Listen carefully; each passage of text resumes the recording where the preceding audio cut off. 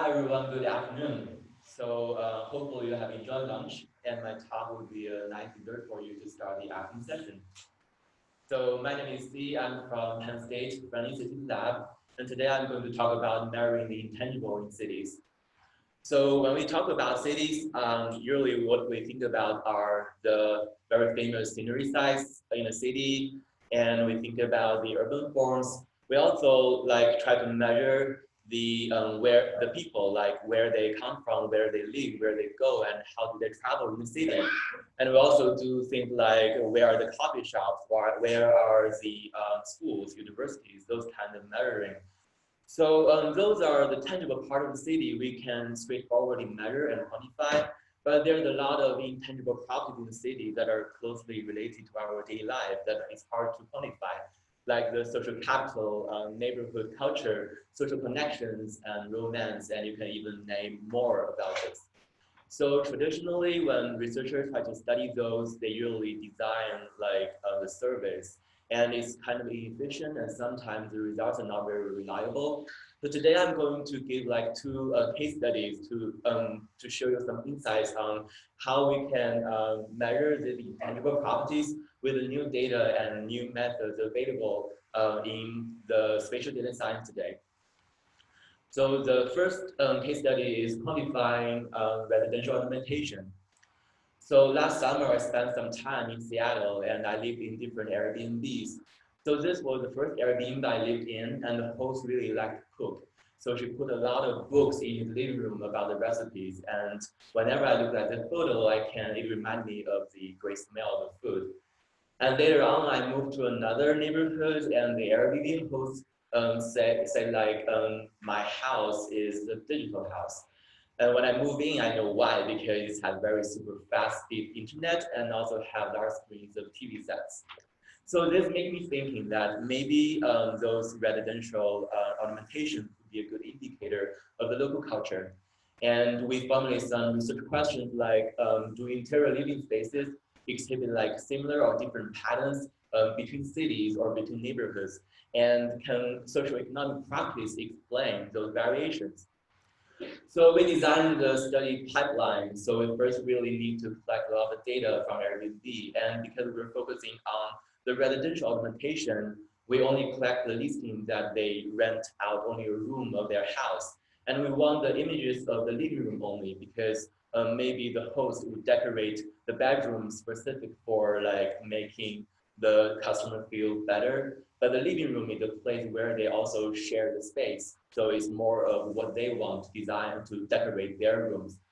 And then after we get those living room images, what we need to do is to analyze the major colors in the living rooms, like they use bright colors to decorate their rooms. And also we want to detect decorative elements in the living rooms, like do they have plants? Do they have the wall arts, like the painting or the posters? And do they have other general decor or books in their living rooms? And then after that, we can do global and local analysis. So a technical challenge for this is how do we do those image tasks more efficiently? Because we know that now we have a lot of convolutional neural networks which can tell whether it's a cat or dog, it's a pear or apple. But they're all trained on millions of images with a lot of GPUs, and we don't have those. So what we do is we use transfer learning. So we use the pre-trained models from other people which can tell the difference between dogs and cats, and we train them based on the data we label by ourselves. And then we can just use a few images to achieve very good performance. For example, we want to classify the images into living rooms and other rooms. So what we do is we get a convolutional neural network pre-trained on those millions of images.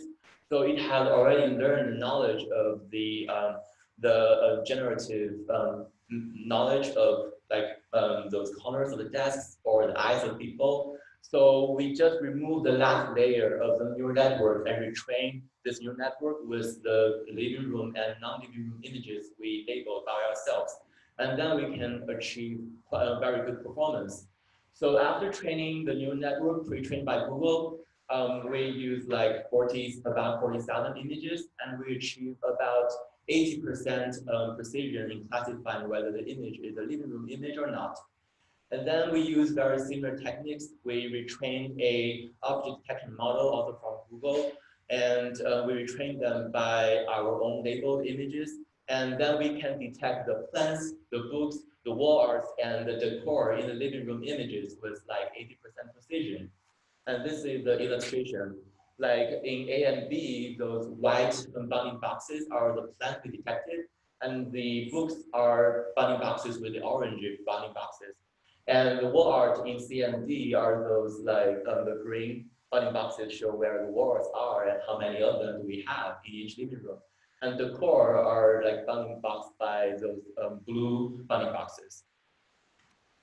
And for color analysis, we use very simple method. We have a like open source package, which is Cologram, and we detect the 10 major colors in this living room image. And it has one major color which has a very high saturation value in 8 HSV format. Then we consider this living room is using a bright color for decoration. So globally, we collected data for like 107 cities. And what we found is like those different cities for plants, books, wall arts, and colors, it shows a strong spatial autocorrelation. But for the cores, it doesn't really show much, and maybe the maps can tell you more. So there are some interesting stories we found here. Like for plants, the high latitudes cities would have more plants in their living rooms as decoration compared to the low latitude cities. And also for wall arts, like cities in Italy, in Brazil, in India, and also in the US, they would put like more paintings and more posters on their living room. And for neighborhood level analysis, we collected data from 6 US cities. And we also collected some census data, try to see whether like median income, employment rates, those kind of factors can explain the extent like people decorate their living rooms. And we found that the decorative elements are very weakly spatially clustered in the 6 US cities. For example, in the New York, we can see like in Chelsea, in Cobble Hill, and also here nearby Williamsburg, except for the eastern Williamsburg, people would decorate their living rooms with more wall arts, and so it's kind of makes sense to us. But surprisingly, also not kind of surprised, we found that the socioeconomic properties in neighborhood doesn't really explain like how people decorate their rooms. So it shows that residents with different socioeconomic compositions put similar efforts into decorating their living rooms. And no matter they have high income or low income, they would decorate their rooms by whatever they want. And also we can see, like also other takeaways, including like transfer learning are very good techniques we can use for empirical studies. And also residential ornamentation could be very good indicators for like local culture. Okay, let's move on to the second case study, which is mapping human needs. So if I travel to a new city, I would like check the Airbnbs. But if I want to move to a new city and settle down there, I would see like more stuff in the neighborhood. I would check whether the neighborhood has Chinese restaurant to save my Asian stomach. And also I would check whether they have grocery stores, like I can go for shopping very easily. And also I want some bars nearby my neighborhood so I can hang out with my friends. And also tennis courts, because if you do more exercise, you feel better. So many of you might be very familiar with this theory in psychology, which is called Maslow's hierarchy of needs. So it divides people's needs into 5 different levels, from the basic levels like basic needs like physiological needs, safety needs, to high level needs like social needs, esteem needs, and self-actualization. So the places I would prefer to have in my neighborhood actually are serving the different needs of mine.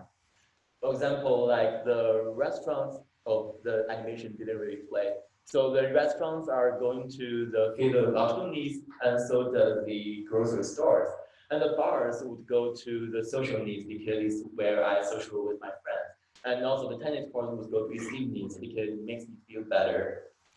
So yes, the animation doesn't really play, but what I want to say is we can actually map those place categories into different levels of human needs. And those might be actually the latent variables we can use to explain the well-being in each neighborhood. So the research question we have here is what human needs does each kind of place categories serve? And also, how are the needs served in a neighborhood related to its well-being? So to answer this question, we collected data from Yelp. We collect data for 21 most populated US cities. And the data we have are the point of interest data, or the POI data, or the places which have category labels on them. So the first thing we need to do is to map those categories, place categories into the levels of human need they can serve. So many people might be familiar with this platform, which is Amazon Mechanical Turk.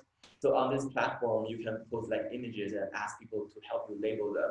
So we post those like 1,000-ish different category places into Mechanical Turk and ask workers to help us label like what do they think those places would serve the need of people. So we have at least 10 workers to label each category, and they're all from the US. And the results we get are quite solid. For example, most of the restaurants categories are labeled as serving our basic needs, but also some of them are serving our social needs. And for nightlife, it's more about the social need of people and also some of the self-esteem. And also for active life, it's more about making us feeling good. So it's about self-esteem and also actualization. And because the workers are from the US, so it's also showing some cultural patterns which are very interesting. For example, they would label like the basketball courts to serving more of the basic needs compared to the soccer courts. And also the Vietnamese restaurants are more about the basic needs of people, while the Italian restaurants are kind of also about the social needs and self-actualization. Yeah. So with this mapping from the category places to the human need, the first finding we have is the needs served in a neighborhood are correlated with its well-being. So here on the left, what we have is the well-being in each neighborhood in New York, which is measured by the median income.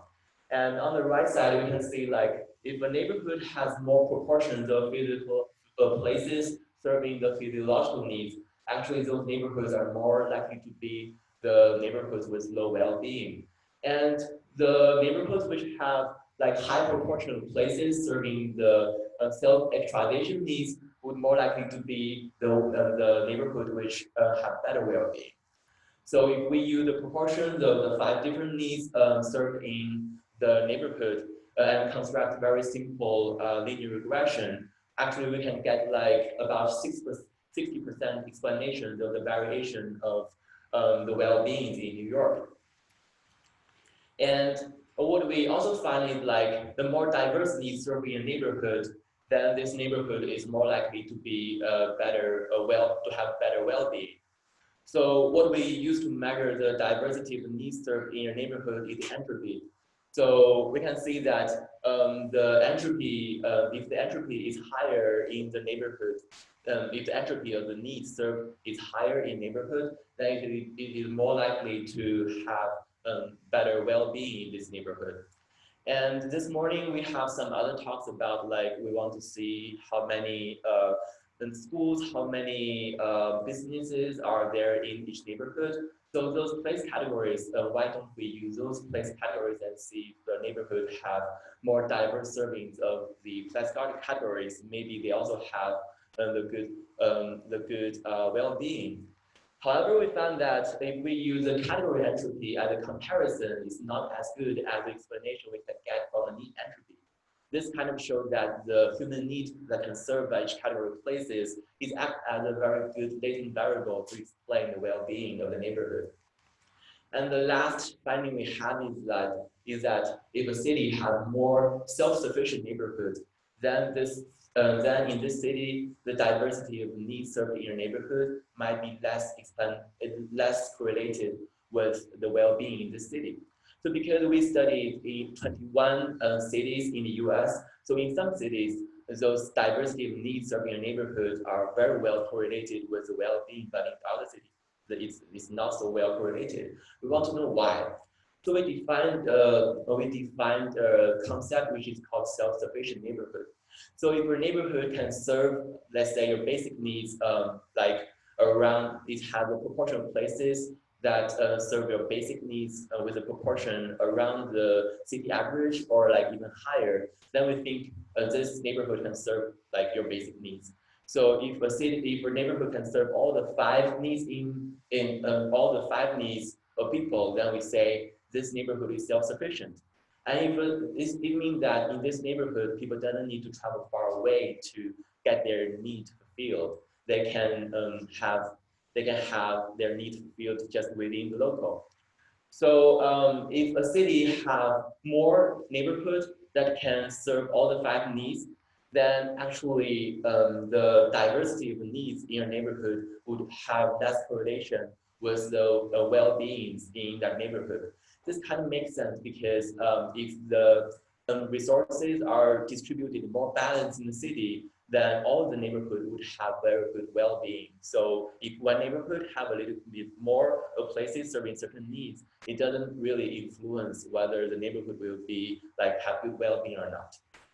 So the takeaways would be first, we can see like the human needs served by each category of places is a very good latent variable that can tell us more about the well-being in each neighborhood. And also the needs served in your neighborhood are correlated with the neighborhood well-being.